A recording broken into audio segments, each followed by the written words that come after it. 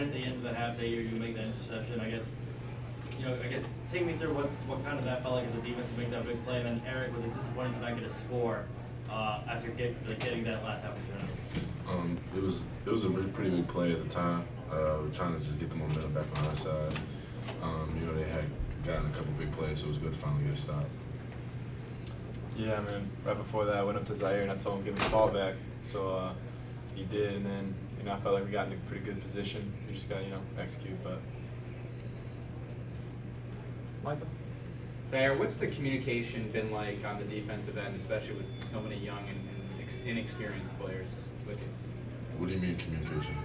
Communication as far as before plays, getting guys in the right position, knowing where everyone should be when the play's going on. Well, I think Kenny and Josh have definitely done like a great job of just like knowing exactly what to do. And really, I think it was more of an assignment type of thing. It's just more of we went against a really, really good offensive line today. So I think that's what more so it was. I mean, I remember one play literally like Josh had a really good play, just doing what he was supposed to do. But Notre Dame had a really good offensive line today. Other questions for the players? Steve? This is for Eric.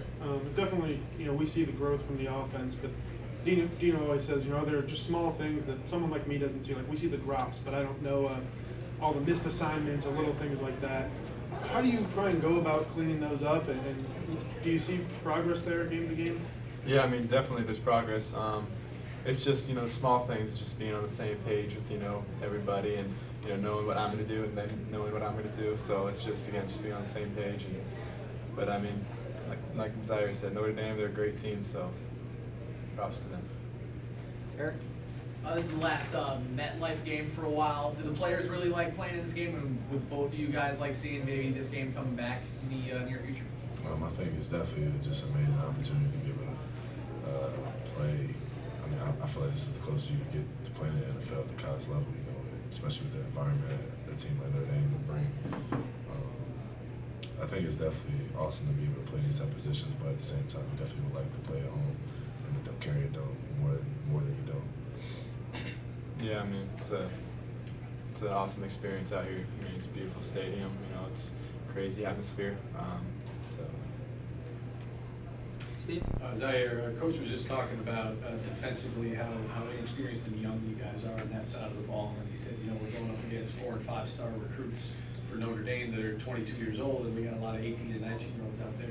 I guess my question is, how much of it, the breakdowns, is like a missed assignment, and how much of it is just, their guys are bigger, stronger, faster at this point, opposed to you guys on the defensive side?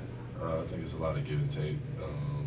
The thing about just defensively, period, really football in general, 90% of the time, is really just a defense. Somebody didn't do their job exactly. I mean, granted, they're very talented, specifically the offensive line.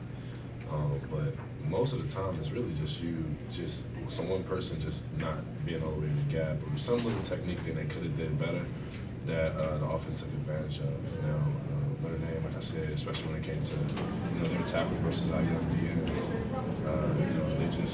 it was just a little bit better matchup on that. It was a better matchup on their side. Kenny and Josh definitely did the best they could, but obviously it's tough going against their talent level. Matt? Eric, I want to ask you about Amma. Once again, he started really fast. What was Notre Dame doing? Were they bottling him up? Didn't seem to go towards his direction too often in the second half. Why was that? I mean, it's just, it's the way things are going. I'm not going to force something just because, it's just one guy. I mean, we got a lot of playmakers on the field. If you try to force, one playmaker, then things aren't going to go well. Time for 2 more questions. Steven? This was at least the third straight game where the offense has started out great. I think back-to-back touchdown drives.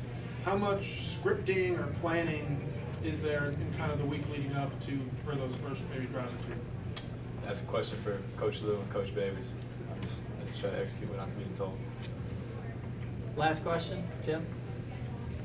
Eric, you're 4 games into this Dino Babers era. There's no question the numbers are terrific on offense. Tell me what you enjoy about this offense and what really makes it dynamic and different from what you did last year.